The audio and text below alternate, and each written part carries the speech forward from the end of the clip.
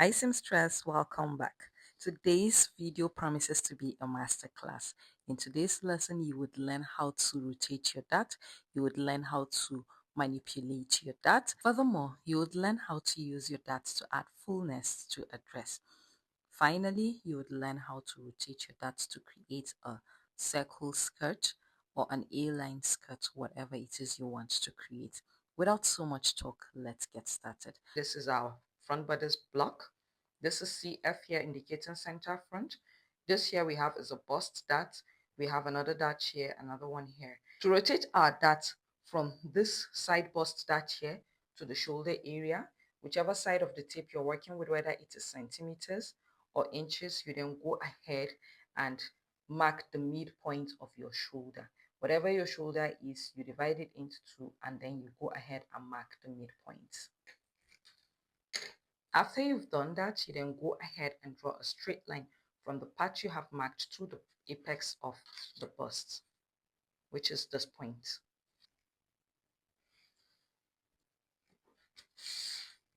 When you're done, you go on and create a slash line to the apex of the bust. Because there's already a slash line at the bust area, be very careful that you do not go on and slash it off completely. Next now is to go ahead and rotate to that. To do that, we're just going to bring this dart here, this part of the bodice low like this, and then we hold it down with a tip. And there you have it. We have successfully rotated our dart to our shoulder area. The next thing we're going to do now is to go ahead and create our neckline. To create our neckline, it's a deep V neckline. It is almost at the bust area, say 1 inch above the bust. So from our bust area here, which is usually indicated by a line, if you don't know what it is, that's if your pattern is drafted this way, you can just go ahead and measure from the tip of your shoulder here to the line at this point here. That is the apex of your bust here. Once you're here, you then go ahead and draw a straight line so it will guide you. Now this is our bust line. So we're just going to go up with by say 2 inches or 1 inch from our bust line like this. We then go ahead and create our neckline. So we can choose to increase the width of our neckline, that's this part here, or we can leave it like that. I would advise it be left this way. You don't want to have a large neckline. So we go on and trim off the excess. Okay, we're getting somewhere. From our neckline here, that's the tip of our neckline, we're going to go ahead and create our style line. To create our style line, we would first even this out. As you can see, there's a space around this area here, so we would even it out. There aren't crooked line in pattern drafting, I've always said this, so we'd even it out like this, and then go ahead to cut off the excess.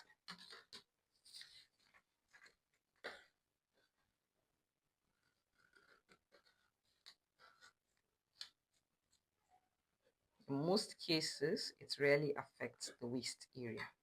So now this is our bust line. As you can see, we're now going to go below it by say 2 inches, and then we would mark it like this. So from our neckline here, we're going to go ahead and draw a style line like this. Go ahead and create the style line for the bottom part of our dress. To do that, we're just going to come down by 1 inch at the waistline. You just mark from your waistline here, you just mark 1 inch. Shouldn't be more than 2 inches, or make it 1.5 inch. Then using a curved part of your ruler, not too curvy. As you can see from the dress we're working with, it's not a sharp curve, it's just a shallow curve. I'm sorry, there's too much ink around here. Just to go ahead and trim off Make sure it's a curve, please, not a straight line. Again, I apologize for this excess ink we have here.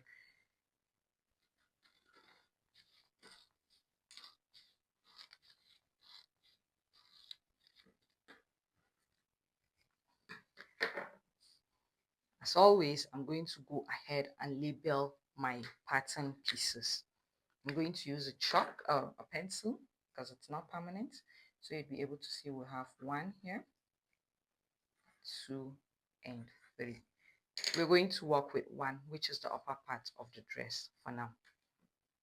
Now, you'd notice that we have that here, and on our style lines, we have a little gathers around the bust area. What we're going to do now is to go ahead and close this dart. We're going to cut this off completely. And then the remaining part of the dart that we had at the lower part, because it was like this dart here, we're going to cut it off completely. So after we've slashed the line completely, we now come to this bust area here and take out this dart entirely. So what we have now is, assuming we were to even leave it the way it was, you would still see an opening around this area, which indicates there was a dart here, or there is a dart here. So the next thing I'm going to do is just to go ahead and close this up till there is actually space left around this area for us to be able to use to create gathers. So we'll just go on, and then using a tip, we'll hold everything together in place. And that is it, we're done for this part. So when it's time to cut your fabric, all you have to do is place this like this. This, remember, points to your center front, indicated with a guideline and arrow. This points to your center front. So once your fabric is aligned this way and you place this one here, you've added your allowance and everything, you're going to have space here in which you're going to use to create gathers. This gathers is what you're going to have around the bust area. And that's just it for the upper part of this dress. So we're going to set it aside. For the lower part, which is this, our center front and number 2, we're going to close this dart, and we're also going to close the dart at the lower part here.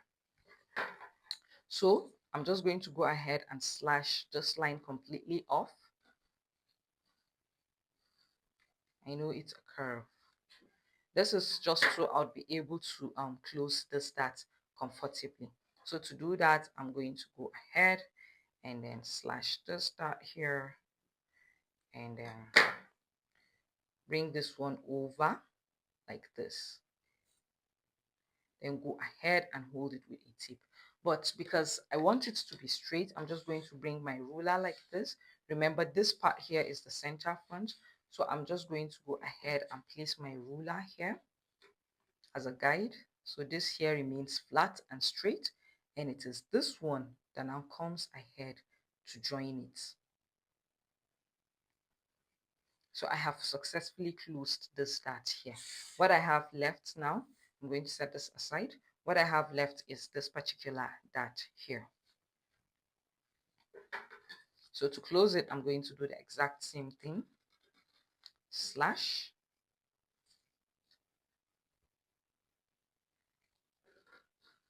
And slash.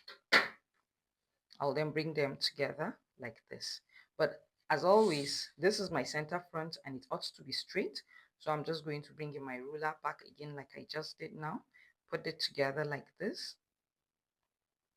And then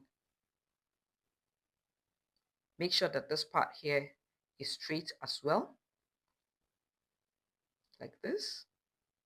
Then as the kiss, I'll use a tip to hold it together. But like I have always stated, there are no crooked lines in pattern drafting. So if this line here is not straight, all you need to do is go ahead and draw another line. Make sure it is straight like this. Now, if you notice this part here, there's a part that is incomplete, and that's fine. That's completely fine. So what we're going to do now is just to go on and bring another piece of paper. I'm using a contrasting color so you'd see what I mean. And then you hold it down with a tip.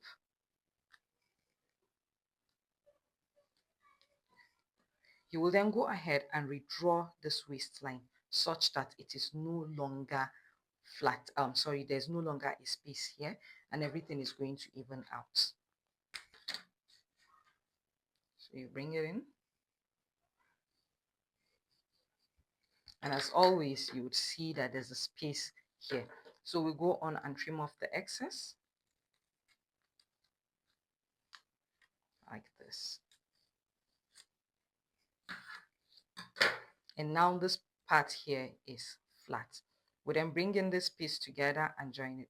By the time we join everything together, you realize that there actually isn't any space left. Everything fits in perfectly. So now it is time for us to match this piece here and this piece together. As always, I'll bring my ruler to serve as a guide. I'll hold this one in place because I don't want it to move. And then I would bring this and put them back together how they were before closing the darts. When you match everything together and you do a good job, you realize that everything will fit in perfectly. There's no extra left anywhere. Everything is going to be perfect. So you go ahead. So here it is. We're done with this part here. This here is our upper piece. That's number one, and this is number two, and we're done with them. We have successfully closed the darts at the lower part here. We have also successfully gone ahead to rotate our darts to create fullness around the bust area of the upper bodice. So one and two are done. Next thing we're going to do is continue working with number three. Number three here is the lower part of our dress, which kind of like forms a skirt to the dress. So what we're going to do is just to go ahead and draw a straight line here that meets the start. If you want to have an even line, you just go ahead and measure from your center front to the point of your dart here. Whatever you have is the exact same thing that you measure at the hem of your pattern or your dress. We'll then go on and draw a straight line.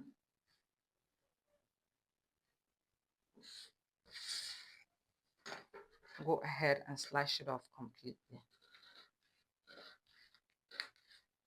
to the center. Label it CF, and then we'll label it A, and this one B. This is a brown paper that I'm going to be using to spread my pattern with. So center front here is always straight like this. I'm going to hold it down with a tip. Next thing I'm going to do is I'm going to bring B. Now this leg of the dart here, B, is going to go over this leg of the dart here on A. And it is going to go over it completely, not partially, no, completely, because the dart is going to be completely covered. And then you go like this. Now, if, like I said, it depends on how full you want your lower bodice to be. If you want it to be very full, you can go ahead and then rotate B to be fuller than what it ordinarily should be, like this. If you don't want it to be full, you can just go over, overlap A like this, and that's fine. But I'm going to go ahead and take the entire measurement of this part. It is going to help me in ascertaining what I am doing here and to understand the waist area because it is a curve. So I'm just going to go ahead and measure it carefully, bit by bit, no rushing.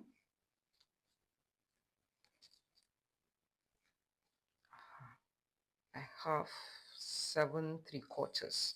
So my entire waist measurement here is going to be the exact measurement I have here. It shouldn't exceed it. So I'm just going to go ahead and measure and then see what I have. This is 9.5, which exceeds our initial measurement. So I'm going to take it off and then bring it back down a bit.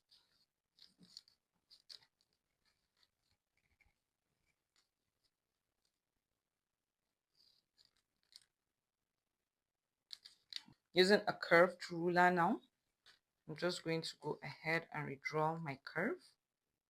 but not to be too curvy.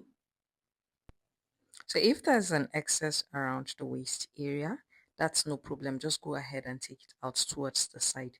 This is because you're dealing with a concave and a convex curve. It's bound to be excess. So you just take it out by the side and then continue working. So the next thing I'm going to do now is to determine how wide this part of my opening is. It's 2 inches. So I'm going to divide it by 2 and then add 1 inch like this.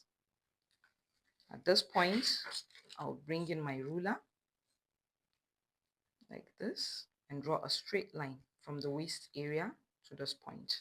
Using a curve, I will then go ahead and connect it to the hem of the center front like this.